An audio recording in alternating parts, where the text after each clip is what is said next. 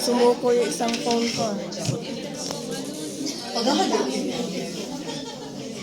At tapos, ikikiwar-kiwar.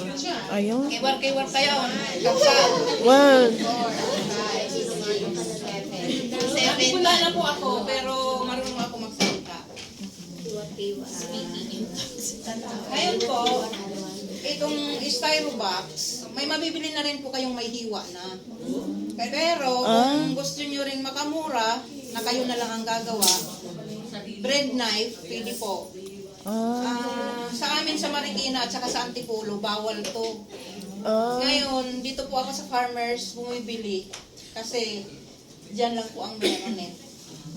Yung iba sa yung hindi, wala pa. Isang box niya 980. Tapos ito lalagyan na natin. ay. Coconut. Kupit. Ay, papakuloan ba yun?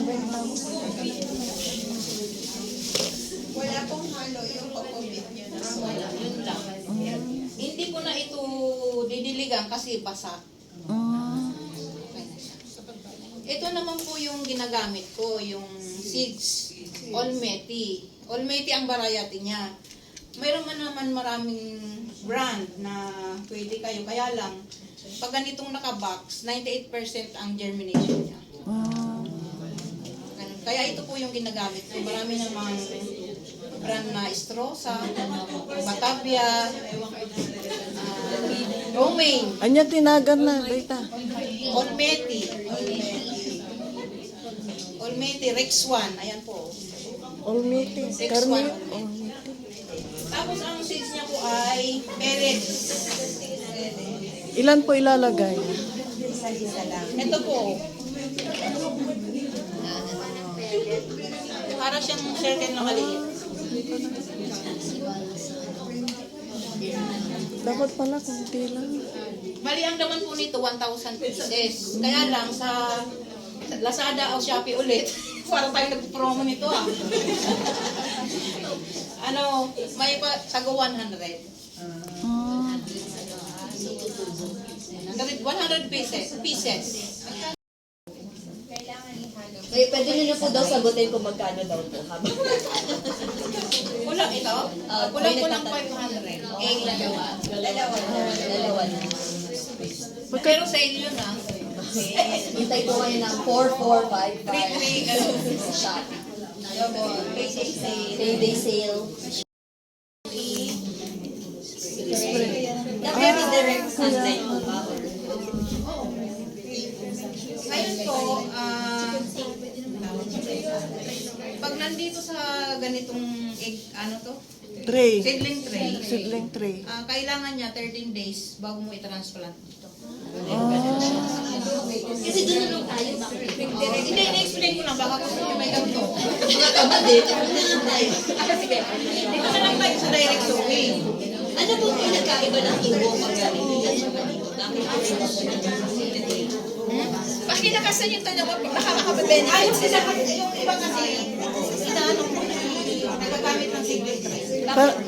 Parang incubator to eh. Hindi ko alam eh. Basta ito lang ang ko yung Diyan lang po.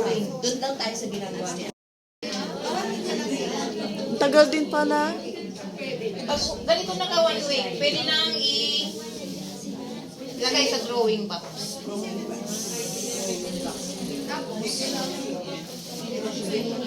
Saan mo ilalagay yan?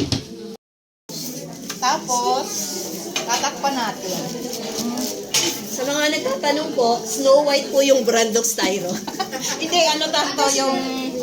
Ay, ganun pala. Ay, tubig lang. Kaya nga hydro. Hydro. Kaya nga hydro eh, nakatanim sa tubig. Ganyan. May, ano po ba yan? Parang dapat i-remove yung buong cup or... Kailangan po 2 inches lang. Ate. Ang nakaano ng tubig. Tapos maghahantay na lang po ng 45 days. Pero tuwing umaga, tuwing umaga po, bibisitahin. Kasi yung hindi mo alam. Kukumustahin. Oh, hi, lumaki kayo kaagad. Kumusta? Tuwing umaga po, bibisitahin siya. Kapag egg tray po yung ginamit, kahit hindi na po tatanggalin. Ano, dito mo siya tatanggalin. Ay, tatanggalin mo siya kasi ililipat mo. Ah, Gusto mo, kapitin mo na lang. Oo, kasi po pag egg tray, di ba papel siya? So, hindi po. Pag meron po yung egg tray, Pwede po. Ay, hindi eh. Kasi in-sterilize ko nga ito eh. sterilize din natin yung egg tray. Okay na, kasi sobrang sipag mo na nun. I-sterilize mo yung egg tray. Ito na lang ako sa cup mismo. Ganito po siya. tumingin. Ngayon, lalagyan ng isa-isa. Ay, isa-isa. May isa. Una po tayo ng mga sa wala po nagdidilig din dito. Ibabaw. Tatakpan mo lang ng malagyan. Naku, wala. Nawakala ni Ate Julie. Kaya nga, patay na yun. Umawakan. may virus na yan. Opo. Isa lang po.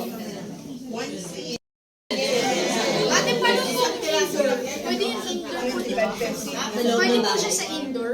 Pwede, pero magagamit ka ng fluorescent lang. Fluorescent lang. Magastos din pala. Pero pwedeng LED. Pwede ko sa LED na ano. Magtanong ka ng ano, yung para sa halaman. Para sa lang na LED. Mas mahal yung makina siya. Ibong ganun na tumigil lang sa 35 days pa. Tapos, pag tag-init po, Meron lang. kasi kailangan niya ng 6 to 8 hours na init. Sa isang araw. Pag hindi natuyo, kasi pag ito makulimlim tapos tagulan, pagpasok mo sa greenhouse, parang dinilig yan. Punong-puno ng moist. Hindi siyempre po magde-develop yung bacteria kung hindi yun matuyo. Nagkakaroon siya ng prickles, kulay brown. Prickles. Hindi na po, siyempre hindi mo na po mabibenta kasi sabi niya, ano pala, bakit may ganyan Pero pwede yan? po pong kainin. Pwede naman siguro. Kasi nga, sa akin kasi nangyari yun, pinakain ko sa mga manok. Kailangan matuyo daw tong moist niya. Siguro kailangan ng exhaust fan.